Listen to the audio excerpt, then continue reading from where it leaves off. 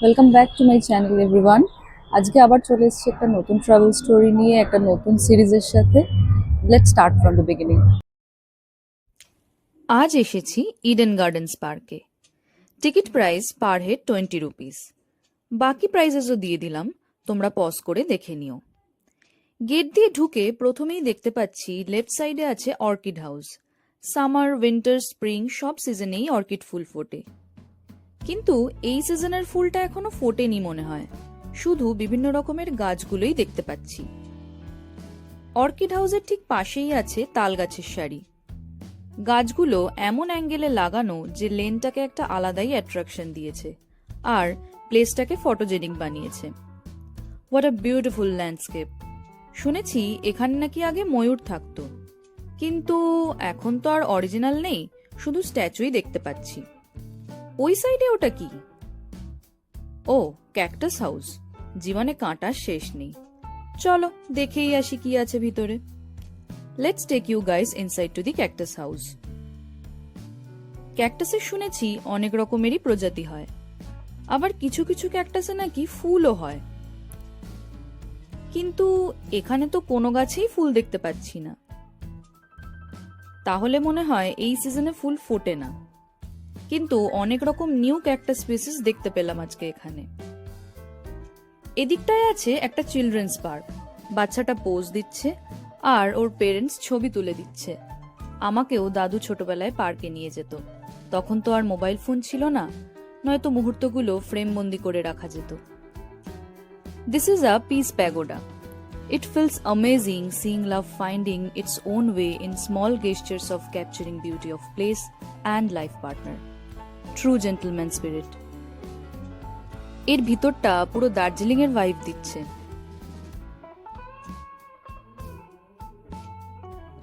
পার্কটায় এরকম সুন্দর একটা ম্যানমেড লেক বানিয়েছে বলে বেশ ভালো লাগছে। হাওয়াটাও বেশ সুন্দর আছে, এই জন্য এইরকম জায়গায় টাইম স্পেন্ড করতে বেশ ভালো লাগে। জায়গাটা কিন্তু খুবই সুদিং, আবার বোটিং এর ব্যবস্থাও আছে এখানে। এই সাইডটায় কিছু ভেষজ উদ্ভিদ সংরক্ষণ করে রাখা আছে আর তার একটা লিস্ট দেওয়া আছে। তা বলে তোমরা ভেবো না যে জড়িবুটি লাগলে এখান থেকে নিয়ে যাওয়া যাবে, সেসব স্ট্রিক্টলি বারণ। এদিকটায় আছে একটা বেশ সুন্দর বসার জায়গা, চলো একটু ছাওয়ায় গিয়ে বসি। এখানে কিন্তু শুট করার জায়গাও আছে, যারা শুটিং পারপাসে আসতে চাও please give it a try. It's feel really very nice যখন শীতকালে এরকম ডে আউটিং হয় আর সাথে এরকম সুন্দর একটা ফুলের বাগান দেখতে পাই।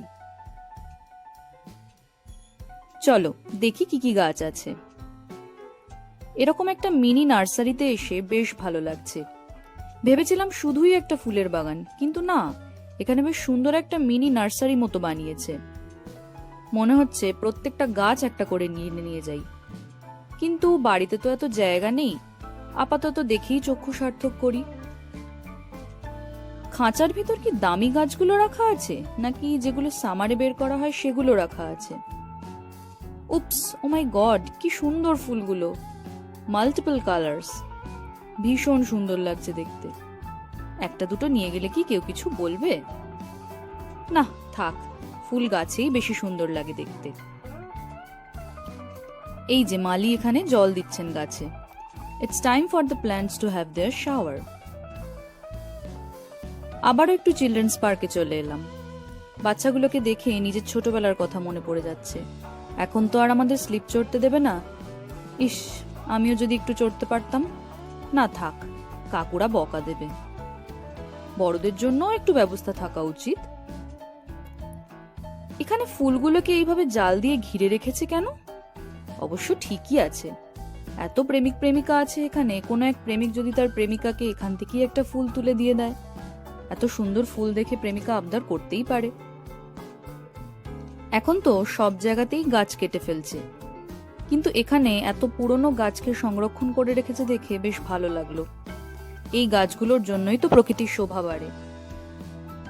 এদিকে একটা বোগেনভেলিয়ার বাগান আছে। বাহ, সবাই তো বেশ সুন্দর ফটোশুট করছে দেখছি এখানে। আমিও তাহলে কয়েকটা ফটো তুলে নিই। সবচেয়ে বড় ব্যাপার হলো জায়গাটা দারুণ একটা পিকনিক স্পট। সারাদিন খুব সুন্দর করে কাটানো যাবে প্রিয়জনদের সাথে। এই দেখো, এদিকটায় কিন্তু 2 হুইলার আর 4 হুইলারের পার্কিং এরিয়া আছে, তোমরা গাড়ি নিয়েও আসতে পারো। আজকের মতো তাহলে আসি। এরকম আরও পিকনিক স্পটের খোঁজ পেতে অবশ্যই চ্যানেলটাকে সাবস্ক্রাইব করে নিও।